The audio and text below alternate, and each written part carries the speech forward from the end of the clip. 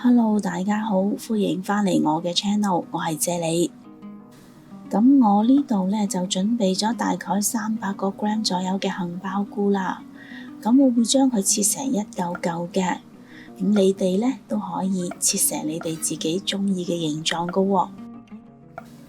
你哋今日好嗎？留言話我知，你又鍾唔鍾意食杏鮑菇呢？祝你有開心愉快嘅一日。另外呢，我會將2粒嘅蒜頭切成一片片嘅，同埋呢，我都準備咗20個 gram 左右切好咗嘅薑啦。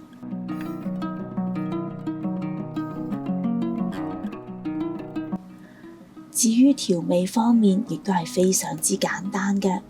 我會用1個茶匙嘅糖、1/2茶匙嘅粟粉、2個茶匙嘅豉油、1個茶匙嘅蠔油，再加50 ml 嘅清水嚟 mix 一個醬汁㗎喎。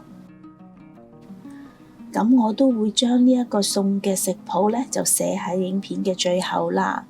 若果各位有興趣煮呢一個餸嘅話，請你將影片睇到最後，就可以一目了然㗎啦。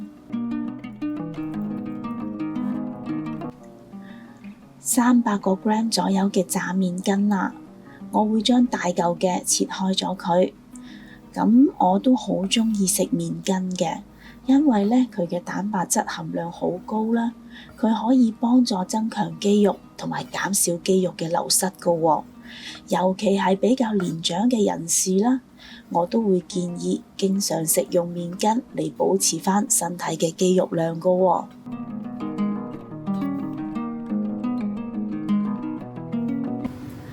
將切好咗嘅麵筋飛水大概1分鐘左右啦。咁樣做呢，可以去除咗麵筋多餘嘅油分之餘，仲可以呢去除埋黐喺麵筋上面嘅塵埃㗎喎。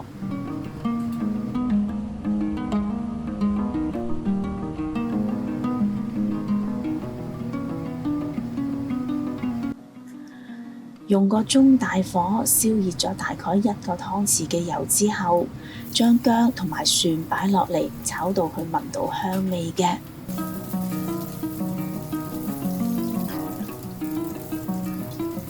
之後呢，就將啲杏鮑菇擺埋落嚟啦，keep 住用個中火炒到杏鮑菇微微地金黃色嘅。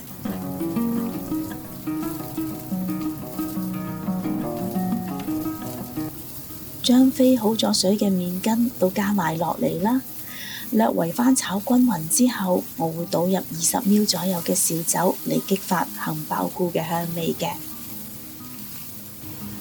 將頭先較好咗嘅醬汁加埋落嚟，另外呢，我會再加多100 ml 左右嘅清水啦，令到食材同醬汁嘅味道可以完美地 mix 埋一齊嘅。跟住我會轉用個細火冚返蓋煮佢3分鐘，等啲麵筋同埋杏鮑菇可以更好地吸收醬汁嘅味道嘅。哇，好香啊！哇，咁快個餸就差唔多煮好啦。咁呢，我想啲杏鮑菇同麵筋嘅味道更加濃郁，咁我會轉返用個中大火嚟將啲醬汁收返緊佢嘅。咁樣做呢，就可以令到每一嚿嘅食材都會俾啲醬汁包裹住，咁食起上嚟呢，就會更加好味㗎啦。咁呢個餸我就冇落任何嘅肉類嚟一齊煮嘅，但係呢，佢嘅味道已經係非常之濃郁㗎啦。麵筋索晒咗杏鮑菇獨有嘅鮮甜味啦，食落嘅口感呢，好軟腍、鹹香而且鮮味嘅。不如今晚你都煮呢個餸嚟試下啦，同埋將個食譜 share 俾你身邊有需要嘅朋友啦。若果你都鍾意我嘅食譜，請你俾 like 同埋留言話我知啦。記得訂閱我嘅 channel， 順便撳埋隔離個鐘仔啊！多謝晒你嘅收睇，我哋下一個食譜再見啦，拜拜。